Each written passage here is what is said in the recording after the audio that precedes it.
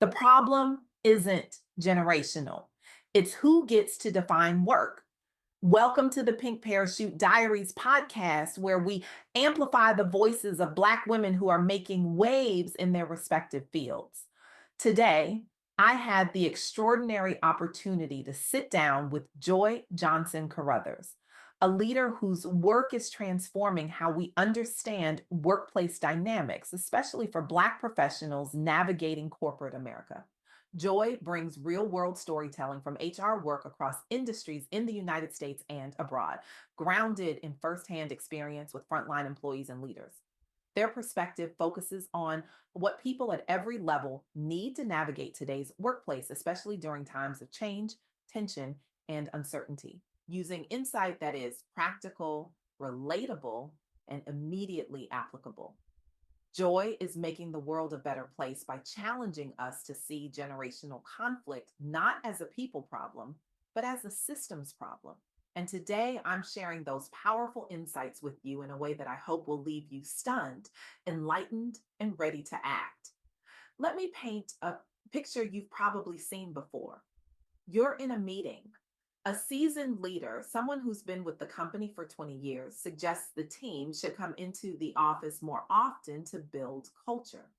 A younger team member, maybe fresh out of college, pushes back immediately, saying they're more productive at home and don't see the point of commuting for meetings that could be emails. The temperature in the room rises, eyes roll, someone mutters something under their breath about work ethic. Someone else is already drafting a tweet about it for later. And leadership calls it a generational issue, labels it as a communication breakdown, and moves on to the next agenda item. But here's what Joy Johnson Carruthers revealed to me. And it stopped me in my tracks. Most generational conflict isn't about age, it's about power, the pace of change, and whose definition of professionalism gets to dominate. Organizations treat generational tension as a people problem when it's actually a systems problem. Workplaces are asking five different life stages to operate inside structures designed decades ago for one dominant group. For years, work rewarded tenure over agility, compliance over curiosity, and presence over outcomes. That model worked until technology, demographics, and expectations began shifting faster than leadership norms could to keep up. Think about that for a moment. We're not dealing with difficult people. We're dealing with outdated systems, systems that were built when showing up early and staying late signaled commitment, systems that were built when asking questions was seen as insubordination, systems that were built when one generation, one demographic, one way of working was the standard, and everyone else had to assimilate or be left behind. And for Black women, this isn't just theory, this is a lived experience. This is our daily reality. Because when talented Black women are handed pink slips while underperforming men are rewarded with golden parachutes, we're not just seeing generational conflict, we're seeing who gets grace, who gets second chances, and whose contributions are valued. We're seeing systems that weren't designed with us in mind. And we're being asked to navigate them anyway across every generation, every life stage, every shift in workplace norms. Joy Johnson Carruthers told me something that I want you to hold on to. Communicating across generations isn't about compromise, it's about clarity, clear expectations, clear decision making, clear respect for different contributions. When leaders design work to use generational differences instead of suppressing them, those differences become a strategic advantage, not a liability. Let me say that again because this is critical. When leaders design work to use generational differences instead of suppressing them, those differences become a strategic advantage, not a liability, but we're not there yet. Most workplaces are still operating from a deficit mindset. What's wrong with Gen Z? Why won't boomers change? Why are millennials so difficult to manage? We're asking the wrong questions entirely. The right question is this: What outdated rules are we still enforcing that reward the wrong things? Because here's the truth that nobody wants to say out loud: the conflict isn't generational, the conflict is structural. And until we name that, until we audit our systems for outdated rules on tenure, presence, and compliance, we're going to keep blaming people for problems that leadership created. I've watched this play out in real time. I've seen brilliant Black women in their 40s. We had, women with advanced degrees and proven track records, be told they're not adaptable enough because they questioned a new process that made no sense. I've seen Gen Z Black women walk into their first corporate role with fresh ideas and technological fluency, only to be labeled as entitled because they asked for clarity on career progression. I've seen boomer Black women who built entire departments from the ground up be pushed out early because they didn't embrace the latest management fad fast enough. And here's what connects all of these stories: it's not about age, it's about who gets to decide what professionalism looks like, it's about who gets to set the rules. It's about whose way of working is considered the standard and whose is considered a problem. Joy Johnson Carruthers shared three key insights with me. And I want to walk through each one because they're not just ideas, they're actions, they're strategies, they're tools that Black professionals, business leaders, and entrepreneurs can use right now to turn generational tension into competitive advantage. First, reframe conflict as systems design. Stop blaming ages or attitudes. Audit your structures for outdated rules on tenure, presence, and compliance. Then rebuild for agility and outcomes to turn differences into your competitive edge. This is absolutely critical because when we blame people, we miss the opportunity to fix the system.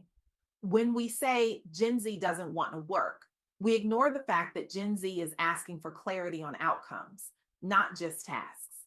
When we say boomers are resistant to change, we ignore the fact that boomers are asking for respect for the institutional knowledge they've built over decades.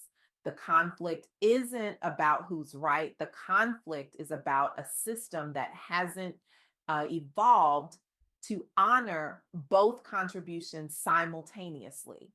Think about the last time you witnessed a workplace conflict that got labeled as generational.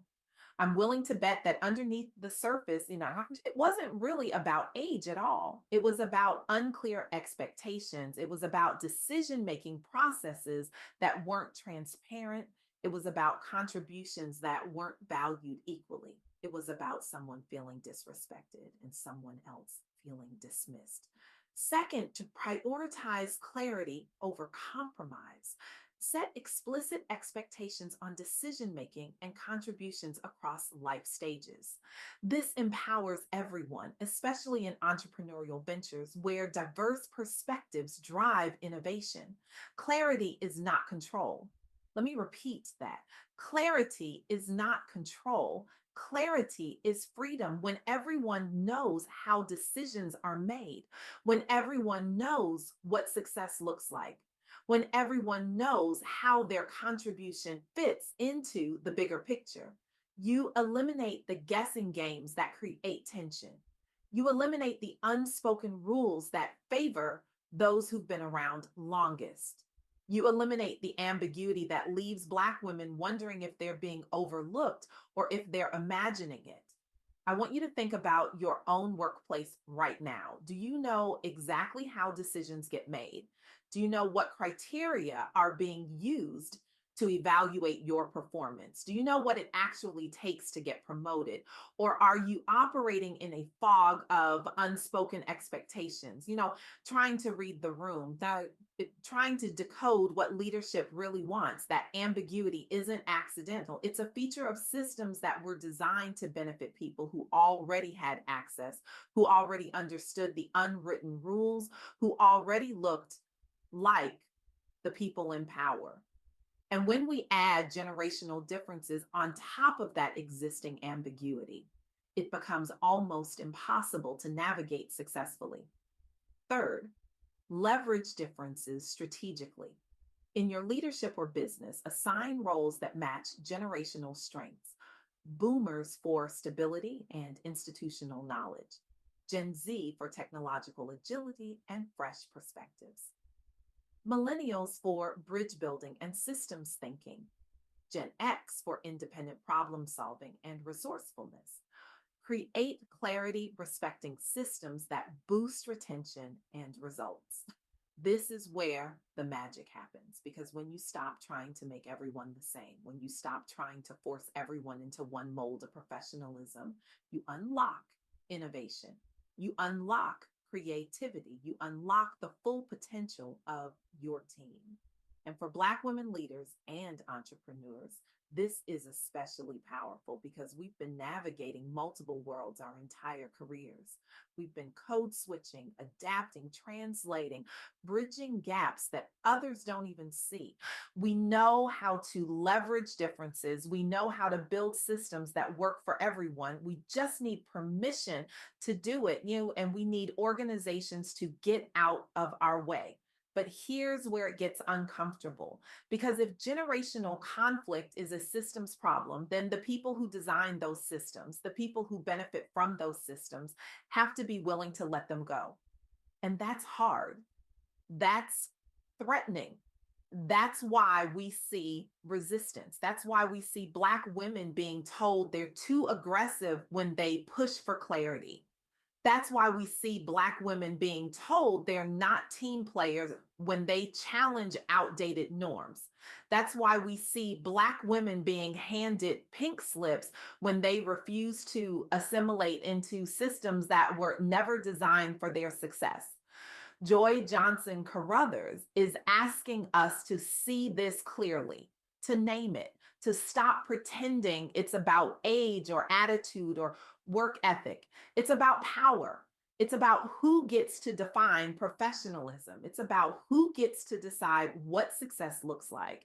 And until we redesign our systems to honor multiple definitions, multiple contributions, multiple ways of working, we're going to keep losing talent.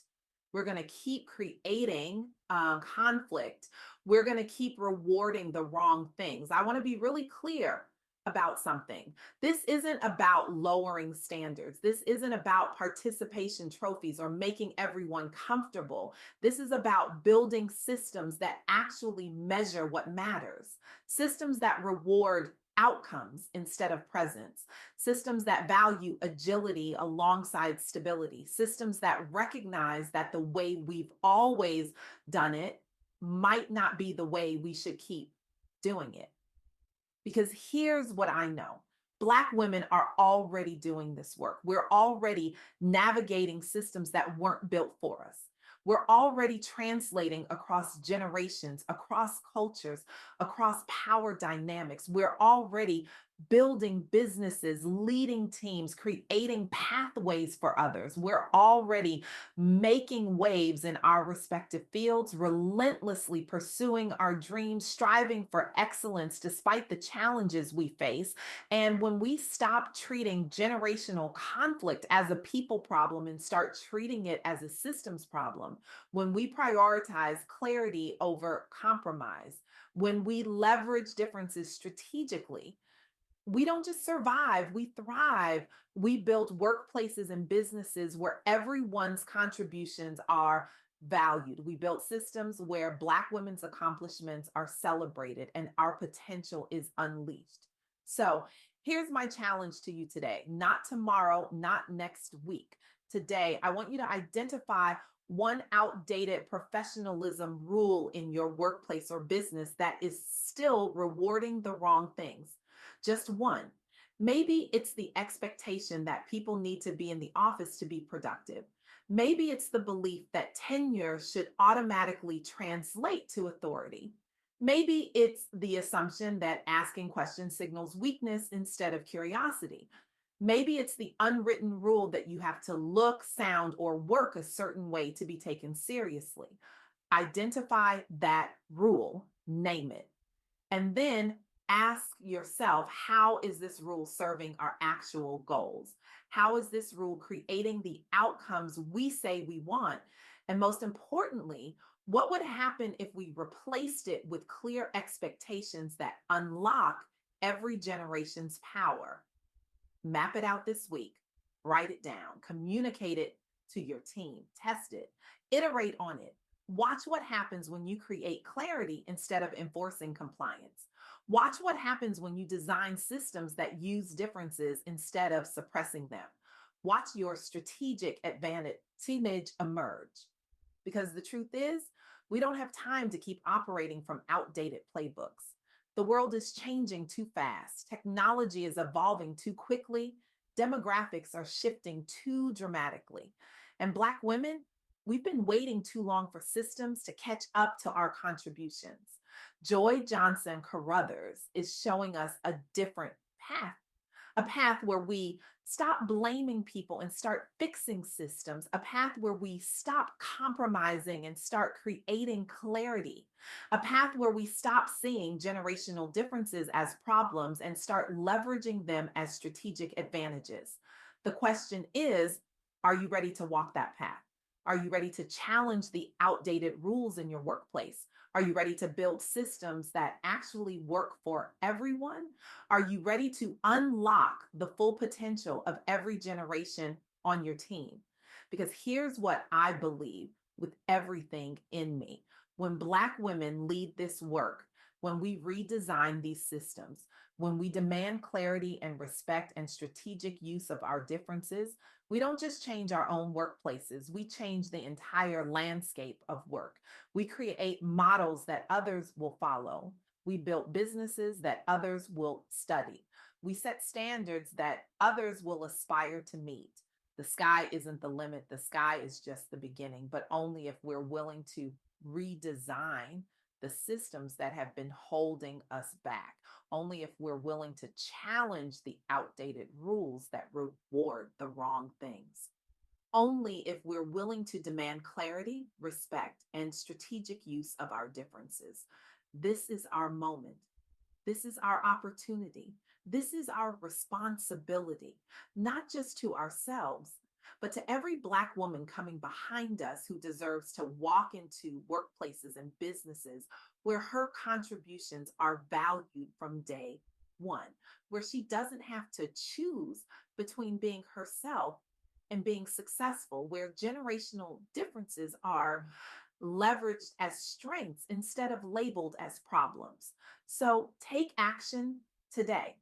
Identify that one outdated rule, replace it with clarity, communicate it boldly, and watch as you transform not just your workplace, but the entire conversation about what's possible when we stop blaming people and start fixing systems. The work starts now. Let's build something better together